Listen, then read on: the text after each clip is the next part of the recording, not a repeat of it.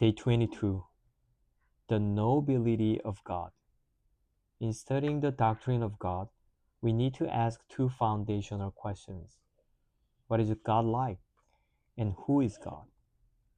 The first question leads us to investigate the nature of God, while the second question leads us into an exploration of the persons of God.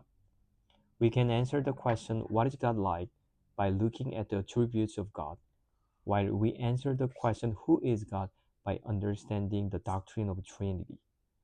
In approaching the question, what is God like, we first must establish whether it is possible to know what God is like. There is a long history in the tradition of the Church of speaking of God as the incomprehensible one, and with good reason. Isaiah chapter 40, verse 18 asks, "To whom will you liken God? Or what likeness compare with him?" In Job chapters 38 through 41, the Lord answers Job out of the whirlwind with a barrage of questions. Job wanted to know why God was the way he was and why he had done what he has done. God responded by reminding Job that he was God and Job was not.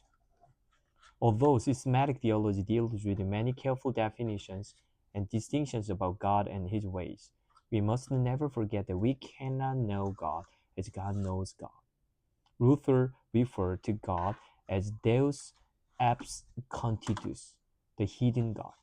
Calvin believed God's essence was wholly beyond our human senses and beyond human understanding.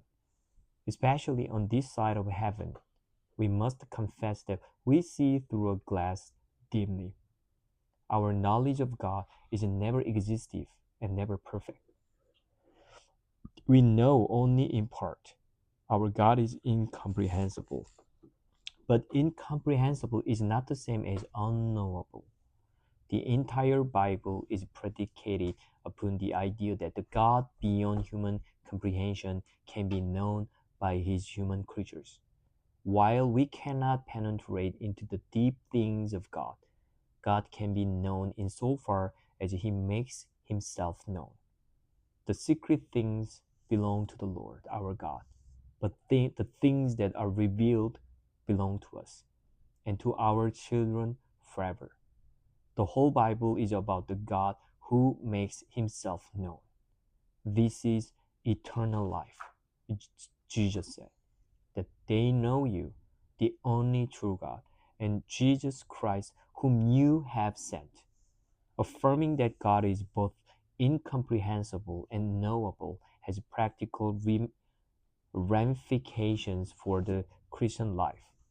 On the one hand, God's incomprehensibility means we must never treat God as a specimen to be examined under the microscope of our human minds. We must allow, indeed rejoice in the fact that God is metaphysically sublime and his ways are beyond tracing out. At the same time, we must not confuse ignorance about God with humility. If God has made himself known, we shouldn't castigate systematic theology as putting God in a box or treating him as freeze-dried or shrink-wrapped. Surely the God who speaks wants to be heard, if only we have ears to hear.